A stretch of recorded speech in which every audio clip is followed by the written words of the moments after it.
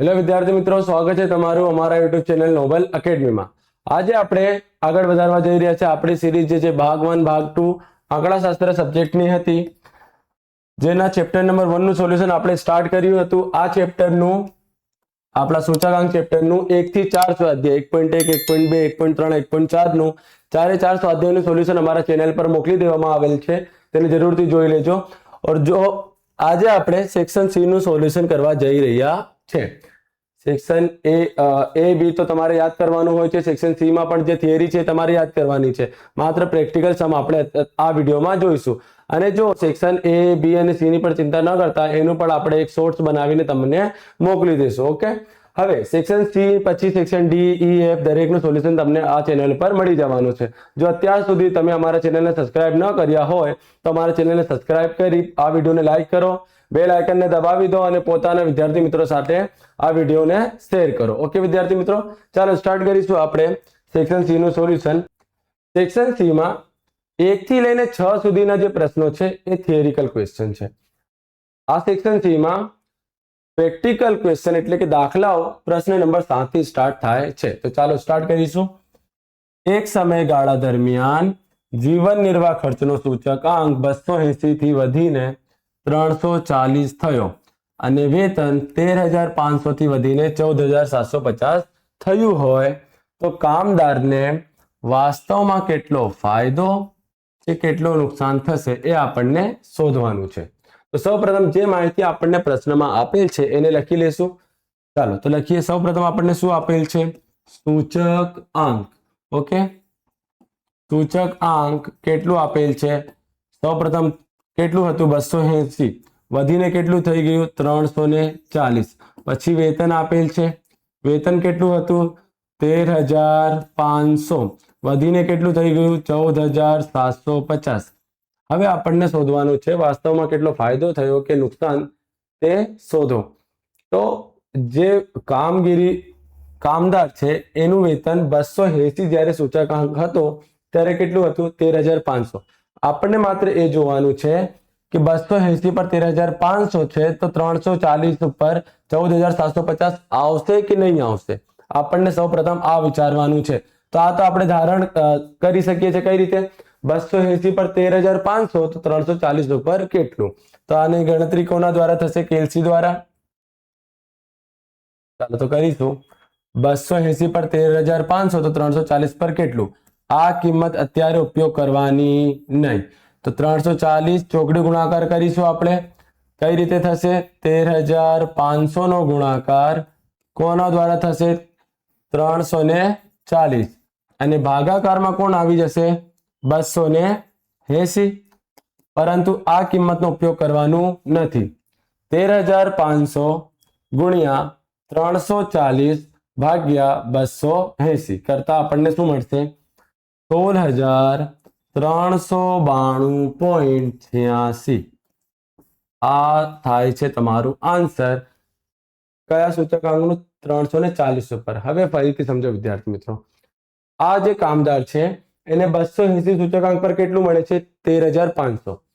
340 ઉપર કેટલો મળવો જોઈએ? 16,392 પર તેને કેટલું મળી રહ્યું છે? 14,750। તો આને ફાયદો થાય છે કે નુકસાન? કેટલું મળવું જોઈએ? 16,392 પણ કેટલું મળી રહ્યું છે? 14,750। તો જે કિંમત છે એના કરતા ઓછી કિંમત મળી રહી છે તો આને શું થાય છે? નુકસાન થાય છે। કેટલાનું એ આપણને લખવાનું છે, કેટલા ફાયદા કે નુકસાન થાય છે। તો આપણને એ તો ખબર પડી ગઈ કે 16,392 મળવું જોઈએ પરંતુ 14,750 મળે છે, તો અહીં નુકસાન થાય તો કેટલું નુકસાન થાય છે એ લખવાનું છે। તો અહીં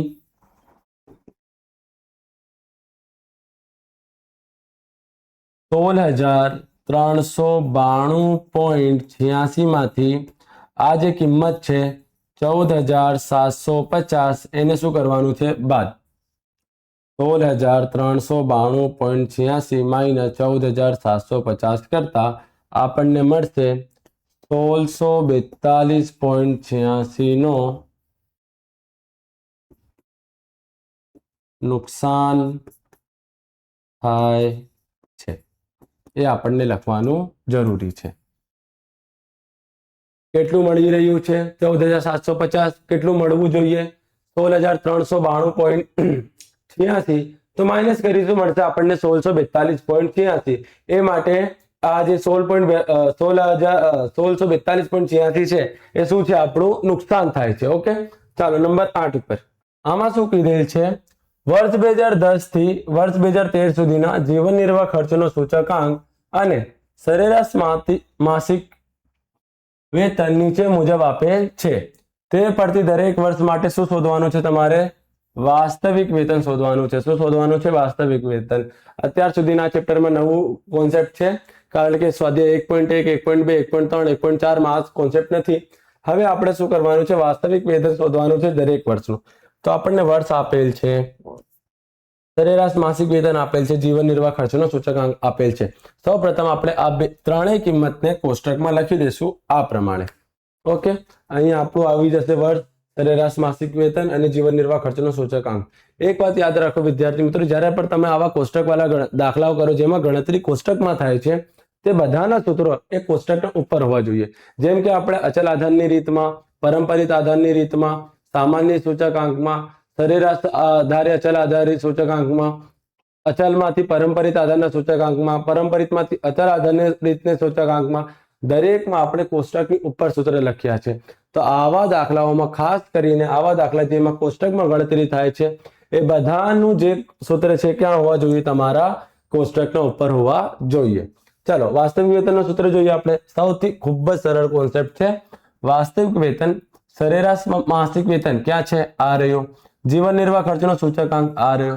સરેરાશ માસિક વેતનના ભાગાકારમાં જીવન નિર્વાહ ખર્ચનો સૂચકાંક મૂકી ગુણાકાર કોના દ્વારા કરવાનો છે? માત્ર 100 વડે કરવાનું છે, જેની ગણતરી આપણે માત્ર કોના દ્વારા કરી શકીએ છીએ? કેએલસી દ્વારા કરી શકીએ છીએ. ચાલો જોઈએ. સૌ પ્રથમ શું છે સૂત્ર? વેતન ભાગ્યા જીવન નિર્વાહ ખર્ચનો સૂચકાંક. વેતન કેટલું છે? તો કે 35,000. સૂચકાંક કેટલું છે? 120. ગુણાકાર કોના દ્વારા કરવાનું છે? 100 વડે. આ લખી દો. હવે 40,000 કોના દ્વારા ભાગાકાર કરવાનું છે? 150. ગુણાકાર કોના દ્વારા કરવાનું છે? 100 વડે. પછી વેતન કેટલું છે? 42,000. ભાગાકારમાં સૂચકાંક કેટલું છે? 130. ગુણાકારમાં 100. પછી વેતન 50,000, સૂચકાંક 160 અને ગુણાકાર કોના દ્વારા થશે? 100 વડે થશે. ચાલો હવે આ દરેકનું ગણતરી કરીને આન્સર લખી દઈએ આપણે.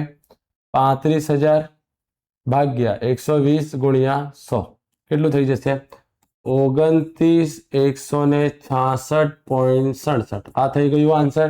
પછી 40,000 નું ભાગાકાર કોના દ્વારા કરવાનું છે? 150 વડે કરી ગુણાકાર 100 વડે કરીશું તો મળશે 26,666.67. પછી નંબર 3 ઉપર 42,000 નું ભાગાકાર કરવાનું છે 130 વડે, ગુણાકાર 100 વડે કરતા મળશે આપણને 32,307.69. અને અંતે 50,000 નું ભાગાકાર કોના દ્વારા કરવાનું છે? 160 વડે કરી ગુણાકાર 100 વડે કરતા આપણને મળશે 31,250. કમ્પ્લીટ સમ. આટલું જ કરવાનું હતું. આના ભાગાકારમાં આ મૂકી ગુણાકાર 100, ભાગાકારમાં મૂકી ગુણાકાર 100, આ ભાગાકારમાં મૂકી ગુણાકાર 100, આટલું જ કરવાનું હતું. આ તમારા સમ કમ્પ્લીટ થઈ ગયું. સૂત્ર યાદ રાખો, સરેરાશ માસિક વેતન ભાગાકારમાં સૂચકાંક ગુણ્યા 100. ચાલો આની સાથે થાય છે પ્રશ્ન નંબર 8 કમ્પ્લીટ. હવે 9 ઉપર જઈએ આપણે. અહીં શું કીધેલ છે? વર્ષ 2014 અને વર્ષ 2015 ના જથ્થાબંધ ભાવનો સૂચકાંક અનુક્રમે 177.6 અને 181.2 મળ્યા છે. તો આપણને ખ્યાલ હોવો જોઈએ પ્રથમ વર્ષ 2014 છે તો અનુક્રમે કીધેલ છે. તો આ જે છે કયા વર્ષનું છે? 2014 નું. અને આ કયા વર્ષનું છે? તો કે 2015 નું. વર્ષ 2015. પછી આ બંને વર્ષના સૂચકાંકનો ઉપયોગ કરીને ફુગાવાનો દર શોધો. શું શોધવાનું છે? ફુગાવાનો દર. આ જે છે તમારું મોસ્ટ આઈએમપી ટોપિક છે સેક્શન સી માટે. સેક્શન સી માટે તમારું મોસ્ટ આઈએમપી જે ક્વેશ્ચન છે શું છે? ફુગાવાનો દર. 2 માર્ક્સનું હોય છે અને ખૂબ જ સૌથી વધુ વખત આ પ્રશ્ન પૂછાયો છે વિદ્યાર્થી મિત્રો. તમારે આ તો સૌથી પહેલા જ પાકું કરી લેવાનું રહેશે. ચાલો તો સૌપ્રથમ જે માહિતી આપેલ છે એ લખી દઈશું. વર્ષ 2014 અને અહીં એમનું સૂચકાંક કેટલું છે? વર્ષ 2014 નું સૂચકાંક 177.6 અને વર્ષ 2015 નો સૂચકાંક કેટલું છે? 181.2. આ બે સૂચકાંકો લખી લઈએ. હવે આપણને સૂત્ર લખવાનું છે કોનો? ફુગાવાનો દરનો. તો લખીશું આપણે ફુગાવાનો દર બરાબર કૌંસમાં ચાલુ વર્ષનો જથ્થાબંધ ભાવનો સૂચકાંક. ચાલુ વર્ષનો જથ્થાબંધ ભાવનો સૂચકાંક માઇનસ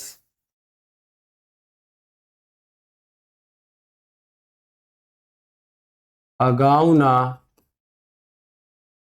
વર્ષનો જથ્થાબંધ ભાવનો સૂચકાંક ભાગ્યા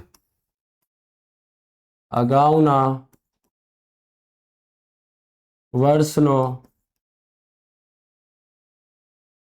જથ્થાબંધ ભાવનો સૂચકાંક ગુણ્યા 100. ઓકે વિદ્યાર્થી મિત્રો, શું સૂત્ર છે? ચાલુ વર્ષનો જથ્થાબંધ ભાવનો સૂચકાંક માઇનસ અગાઉના વર્ષનો જથ્થાબંધ ભાવનો સૂચકાંક ભાગ્યા અગાઉના વર્ષનો જથ્થાબંધ ભાવનો સૂચકાંક ગુણ્યા 100. આ જે સૂત્ર છે એ પોતે જ મોસ્ટ આઈએમપી છે, કારણ કે એક વાક્યમાં આ સૂત્ર પૂછાય છે. તો તમારે આ સૂત્ર યાદ કરી લેવાનું. ચાલુ વર્ષનો જથ્થાબંધ ભાવનો સૂચકાંક માઇનસ છે, વચ્ચે શું છે? માઇનસ અગાઉના વર્ષનો જથ્થાબંધ ભાવનો સૂચકાંક ભાગ્યા અગાઉના વર્ષનો જથ્થાબંધ ભાવનો સૂચકાંક ગુણ્યા 100. તો તમને ચાલુ વર્ષ અને આધાર વર્ષમાં અત્યારે તો ગૂંચવણ ના થાય, કારણ કે તમને હું 1 થી લઈને 4 સ્વાધ્યાયમાં ચાલુ વર્ષ આધાર વર્ષ વખતો વખત સમજાવ્યું છે કે જે જૂનું વર્ષ, આમાં જૂનું વર્ષ કોણ છે? 2014. તો આની કિંમત કેટલી? આધાર વર્ષની કિંમત કેટલી થઈ જશે? 177.6.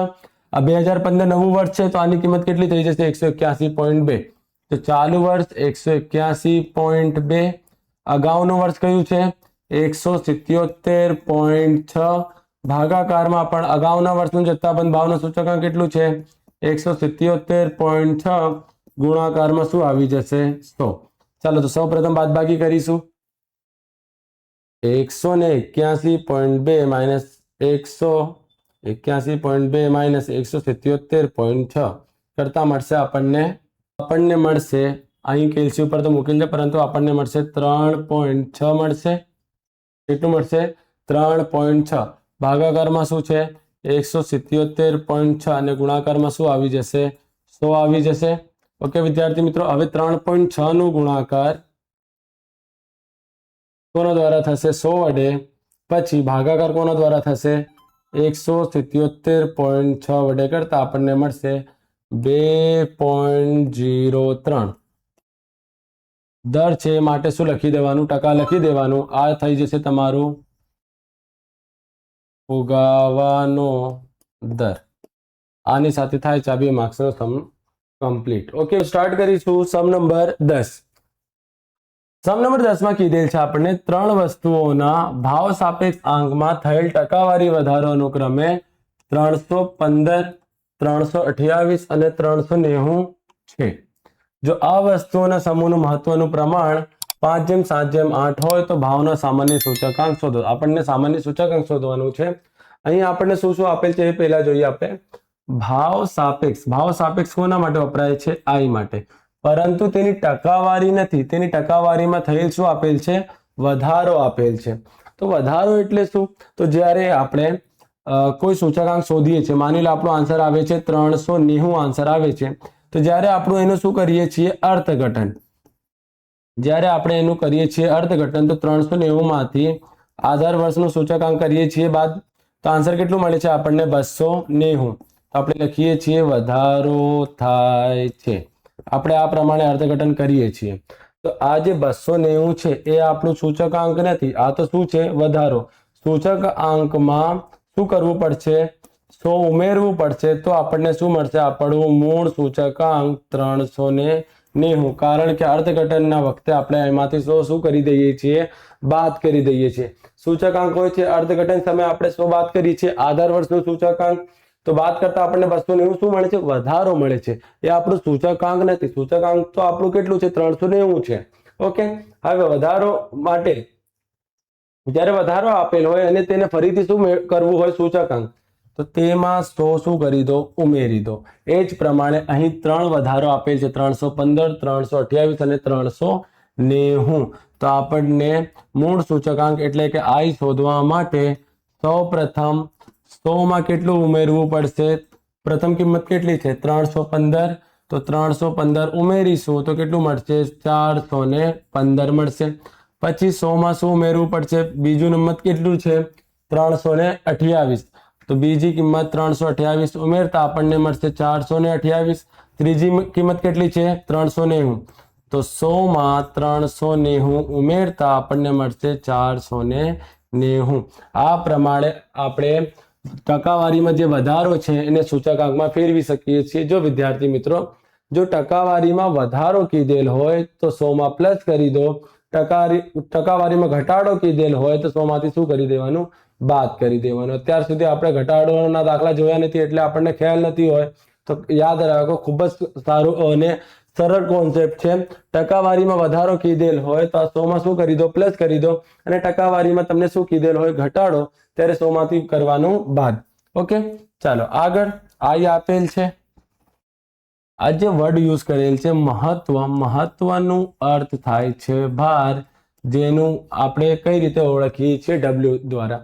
આપણે 1.4 ના ઇન્ટ્રોડક્શનમાં જોયા હશે કે જે ભાર હોય છે એને બીજું નામ શું આપેલું હોય છે, મહત્વ. મહત્વ માટે કયું વર્ડ વપરાય છે, W. તો હવે આ જે 5:7 ની કિંમત છે, કોની કિંમત છે, W ની કિંમત છે. તો લખીશું આપણે 5, 7 અને 8.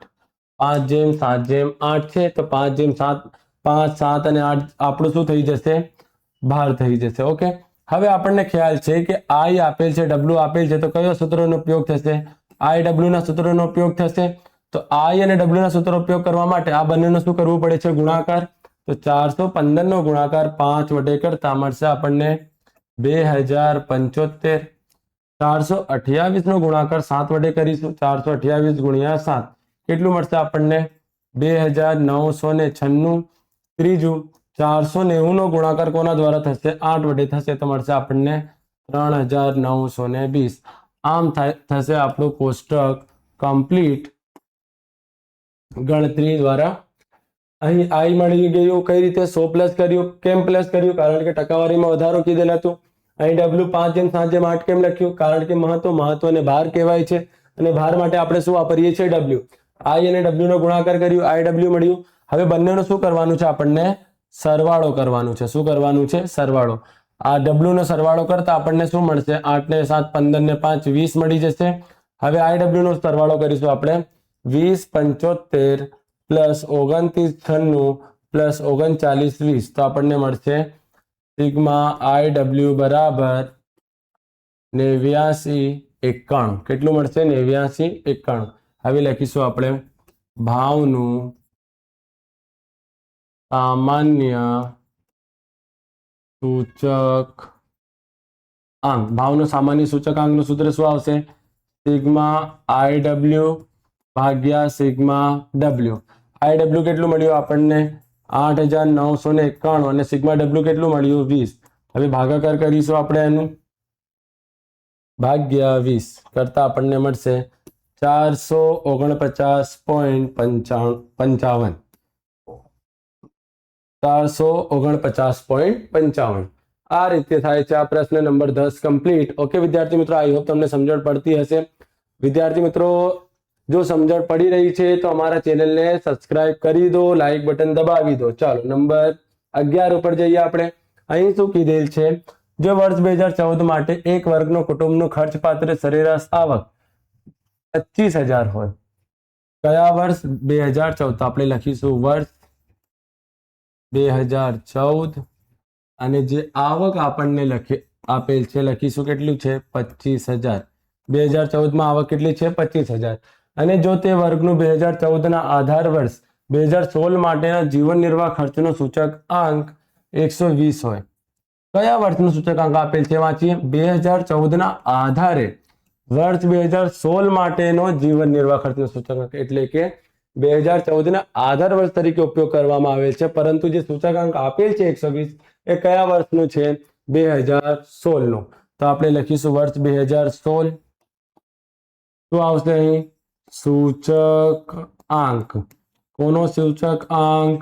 તો કે જીવન નિર્વાહ ખર્ચનો સૂચકાંક. જીવન નિર્વાહ ખર્ચનો સૂચકાંક આપણને કેટલું આપેલ છે? 120. ઓકે. તો વર્ષ 2016 માટેના આ વર્ગના કુટુંબની ખર્ચપાત્ર સરેરાશ આવકનું અનુમાન કરો. 2016 ની આવક આપણને શોધવાની છે. ફરીથી વાંચીએ પ્રશ્ન. 2014 માં આવક કેટલી હતી? 25,000. તો 2014 આવક 25,000, સૂચકાંક આપેલ નથી. 2014 ને શું લેવામાં આવેલ છે અહીં? આધાર વર્ષ તરીકે લેવામાં આવેલ છે. તો 2016 નો સૂચકાંક કેટલું આપણને આપેલ છે? 120. તો લખ્યું આપણે 2016 નો સૂચકાંક 120 લખી દીધું. હવે આપણને કીધેલ છે કે 2016 નું શું શોધો? ખર્ચપત્ર આવક, એટલે કે આ આવક તમારે શોધવાની છે. તો આવક શોધવા માટે આપણી પાસે શું હોવું જોઈએ? 2014 નો સૂચકાંક, જે આપણને આપેલ નથી. તો એક વાત વિચારો વિદ્યાર્થી મિત્રો, 2014 શું છે? આપણું આધાર વર્ષ છે. અને 1.1 થી લઈને 1.4 માં દરેક દાખલામાં તમને કીધેલ છે કે જ્યારે આધાર વર્ષ ન આપેલ હોય ત્યારે તમારે આધાર વર્ષ શું વાપરવાનું રહેશે? હંમેશા 100 વાપરવાનું રહેશે. જ્યારે આધાર વર્ષ ન આપેલ હોય ત્યારે શું કરી દો? તેને 100 સમજી લેવાનું. હવે આનું શું કરી દો? ચોકડી ગુણાકાર. 25,000 પર સૂચકાંક 100 છે તો 120 ઉપર કેટલું આવક રહેશે? તો લખીશું આપણે 25,000 ગુણ્યા 120 ભાગાકારમાં શું આવી જશે? 100 આવી જશે. ચાલો ગણતરી કરીએ. 25,000 ગુણ્યા 120 ભાગ્યા 100 કેટલું મળી જશે આપણને? 30,000 મળી જશે. તો લખીશું આપણે વર્ષ 2016 માં ખર્ચ પાત્ર સરેરાશ આવક 30,000 થશે. ઓકે, સમ કમ્પ્લીટ. શું કરવાનું હતું? આપણી પાસે 2014 ની આવક છે, સૂચકાંક શોધારી લેવાનું, કારણ કે તે આધાર વર્ષ છે. 2016 નું સૂચકાંક આપણને આપેલ છે 120, માત્ર એનું સૂચક એટલે કે એનું આવક શોધવાનું નથી. ચોકડી ગુણાકાર કરીને દાખલો કરી દો. 2 માર્ક્સનો દાખલો છે, સરળતાથી કમ્પ્લીટ થઈ જાય છે. ઓકે વિદ્યાર્થી મિત્રો. ચાલો નંબર 12. એક કામદારની વર્ષ 2015 માં માસિક સરેરાશ આવક 16,000 હતી. આવક કેટલી હતી 2015 માં? 16,000. તો આપણે લખીશું વર્ષ 2015 આવક આપેલ છે આપણને કેટલું? 16,000 આપેલ છે. પછી અને વર્ષ 2016 માં તે વધીને કેટલી થઈ ગઈ? 20,000. હવે વર્ષ 2016 ની આવક આપેલ છે કેટલી છે? 20,000. સમજણ પડી વિદ્યાર્થી મિત્રો? 2015 માં આવક હતી 16,000 અને 2016 માં આવક કેટલી થઈ ગઈ? 20,000 થઈ ગઈ. હવે 2015 ની સરખામણીમાં વર્ષ 2016 માટેના આવકનો સૂચકાંક શોધો. કોનો સૂચકાંક શોધવાનું છે? આવકનો સૂચકાંક. તો તમને સૌપ્રથમ 2015 નો આવક 16,000 આપેલ છે અને 2016 નું આવક કેટલું છે? 20,000. તો 15 ની સરખામણીમાં 16 નું આવક શોધવાનું છે. તો આપણને ખબર છે આ આપણું આધાર વર્ષ છે, એ આપણું ચાલુ વર્ષ છે. તો સૂચકાંક જ્યારે પણ આપણે સૂચકાંક શોધીએ છીએ તો સૂચકાંકનું સૌથી સામાન્ય સૂત્ર એટલે કે I નું સામાન્ય સૂત્ર શું છે? P1 ભાગ્યા P0 ગુણ્યા 100 છે. એ આપણને ખબર છે વિદ્યાર્થી મિત્રો. સૂચકાંકનું સામાન્ય સૂત્ર શું હોય છે? P1 ભાગ્યા P0 ગુણ્યા 100. તો આપણી પાસે P1 કોણ થઈ જશે? આ તો આધાર વર્ષ છે, કારણ કે જૂનું વર્ષ છે. આપણું ચાલુ વર્ષ છે એટલે કે નવું વર્ષ. તો ચાલુ વર્ષની કિંમત 20,000 અને આધાર વર્ષની કિંમત કેટલી છે? 16,000 ગુણાકારમાં શું આવી જશે? 100. એ આપણું P1 થશે કારણ કે ચાલુ વર્ષ છે. એ આપણું P0 થશે કારણ કે આધાર વર્ષ છે. જૂનું વર્ષને આધાર વર્ષ કહેવાય, નવું વર્ષને ચાલુ વર્ષ કહેવાય. હવે ગણતરી કરી લઈએ. 20,000 નું ભાગાકાર 16,000 વડે કરી ગુણાકાર 100 વડે કરતા મળશે આપણને 125. આમ કમ્પ્લીટ થઈ ગયું વિદ્યાર્થી મિત્રો. શું લખવાનું છે? વર્ષ 2016 નું આવકનું સૂચક આંક 125 છે. સમ કમ્પ્લીટ. ઓકે, આપણને 2015 ની આવક આપેલ હતી 16,000. 2016 ની આવક આપેલ છે 20,000. નવું વર્ષ 2016 છે તો તેને P1 ધારીશું. 2015 જૂનું વર્ષ છે તો તેને P0 ધારીશું. આ સૂચકાંકના સામાન્ય સૂત્રમાં કિંમત મૂકીને દાખલો કમ્પ્લીટ કરી દઈશું આપણે. આની સાથે થાય છે 12 નંબરનું કમ્પ્લીટ. હવે પ્રશ્ન નંબર 13. પ્રશ્ન નંબર 13. જો એક વસ્તુનું ઉત્પાદન વર્ષ 2016 ના આધાર વર્ષની સરખામણીમાં 9/5 ગણું વધ્યું છે. આ વર્ડને અંડરલાઈન કરી લેજો જ્યારે તમે ટેક્સ્ટ બુકમાં ભણો તો વર્ષ 2016 માટેનો ઉત્પાદનનું સૂચક આંક શોધો. અહીં શું કીધેલ છે? 9/5 ગણું વધ્યું છે. ગણું વધ્યું છે. ગણું વધ્યું છે. શું કીધેલ છે? 9/5. ટકામાં વધારો નથી કીધેલ. સરવાળા કે બાદબાકીનો વધારો કે ઘટાડો નથી કીધેલ. અહીં શું કીધેલ છે? 9/5 ગણું વધ્યું છે. તો જ્યાં વિદ્યાર્થી મિત્રો ધ્યાન રાખો, હું તમને એક સૂત્ર બતાવું છું. જ્યારે પણ આવા સમ આવે ત્યારે તમારે 100 + 100 ગુણ્યા વધારો, 100 + 100 ગુણ્યા વધારો, આ સૂત્ર યાદ રાખી લો. 100 + 100 ગુણ્યા વધારો. જ્યારે તમારે શું કીધેલ હોય? 9/5 ગણું કીધેલ છે. શું કીધેલ છે? 9/5 ગણું વધ્યું છે. તો જ્યારે પણ તમારે આ મુજબ વધારો આપેલ હોય ત્યારે તમારે આ સૂત્રનો ઉપયોગ કર્યો. 100 + 100 ગુણ્યા વધારો, તો આ 100 નું 100 આવી જશે, પ્લસનું પ્લસ, 100 નું 100, વધારાની જગ્યા શું મૂકી દો? 9/5. શું મૂકી દો? 9/5. હવે આની ગણતરી કરી લો. તો આની ગણતરીનો આન્સર કેટલું આવશે આપણી પાસે? 100 + 100 ગુણ્યા 9/5 મળી જશે 180. 180 ને 100 કેટલું થઈ જશે? 280. આ થઈ ગયું આપણું આન્સર. ઓકે વિદ્યાર્થી મિત્રો, જ્યારે પણ તમને ગણું વધારો કીધેલ હોય, ગણું વધારો, અત્યારે પણ કહું છું, આ વર્ડને મગજમાં ઉતારી લો. જ્યારે પણ તમને વધારો ગણુંમાં કીધેલ હોય, એટલે કે આટલું ગણું વધ્યું છે, 5 ગણું વધ્યું છે, 3 ગણું વધ્યું છે, 7 ગણું વધ્યું છે, ત્યારે તમારે શું કરવાનું? આ સૂત્ર ઉપયોગ કરો. જેટલું વધારો થયો છે એને આ મૂકી દો. 100 વડે ગુણાકાર કરો, ભાગાકાર થાય તો ભાગાકાર કરી દો અને 100 માં પ્લસ કરી દો. આ થઈ જશે તમારું સમ કમ્પ્લીટ. હવે લાસ્ટ સમ પ્રશ્ન નંબર 14. આની સાથે સેક્શન સી કમ્પ્લીટ થઈ જશે. તમને બે સૂચકાંકો આપેલ છે. IL એટલે કે લાસ્ટ પિયરનો સૂચકાંક આપણને 221.5 આપેલ છે. IF એટલે કે ફિશરનો સૂચકાંક આપણને 222 આપેલ છે. તો IP એટલે કે પાસેનો સૂચકાંક તમારે શોધવાનું છે. તો તમે મને એક વાત કહો, આ ત્રણેય કિંમતો કયા સૂત્રમાં વપરાય છે? ફિશરના સૂચકાંકમાં વપરાય છે એક સાથે. તો ફિશરના સૂચકાંકનું સૂત્ર આપણને ખ્યાલ હોવો જોઈએ. IF છે, જેનું વર્ગમૂળમાં IL ગુણ્યા IP સૂત્ર હોય છે. અહીં ત્રણેય કિંમત સાથમાં વપરાય છે. IF ની કિંમત કેટલી છે? 222. IL ની કિંમત કેટલી છે? 221.5. IP ની કિંમત આપણને શોધવાની છે. હવે આપણને ખબર છે કે આ જે વર્ગમૂળ છે આપણે સામે મોકલીશું તો શું થઈ જશે? વર્ગ થઈ જશે. અહીં શું હશે? 221.5 ગુણ્યા IP. સૌપ્રથમ ફિશરનો સૂચકાંકનો સૂત્ર મૂકો, કિંમતો મૂકી દો, વર્ગમૂળ છે સામે જશે, વર્ગ થઈ જશે, આ કિંમતો આમની આમ રહેશે. હવે 222 નો શું કરવાનું છે? 222 નો વર્ગ કરવાનું છે. 222 નો વર્ગ કરતા આપણને મળશે 49. 284 બરાબરમાં 221.5 ગુણ્યા IP.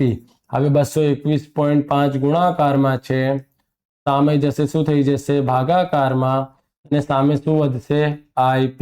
આનો ભાગાકાર કોના દ્વારા કરવાનો છે? 221.5. તો મળી જશે આપણને IP બરાબર, માટે IP બરાબર 222.5. આની સાથે થાય છે આ સમ કમ્પ્લીટ અને આ સમની સાથે થાય છે તમારું સેક્શન સી નું પણ કમ્પ્લીટ સોલ્યુશન. હવે નેક્સ્ટ વિડીયોમાં આપણે જોઈશું સેક્શન ડી નું સોલ્યુશન. વિદ્યાર્થી મિત્રો ચેનલને સબસ્ક્રાઇબ કરીને આ વિડીયો પોતાના દરેક વિદ્યાર્થી મિત્રો ધોરણ 12 ના વિદ્યાર્થી મિત્રો સાથે શેર કરી દો અને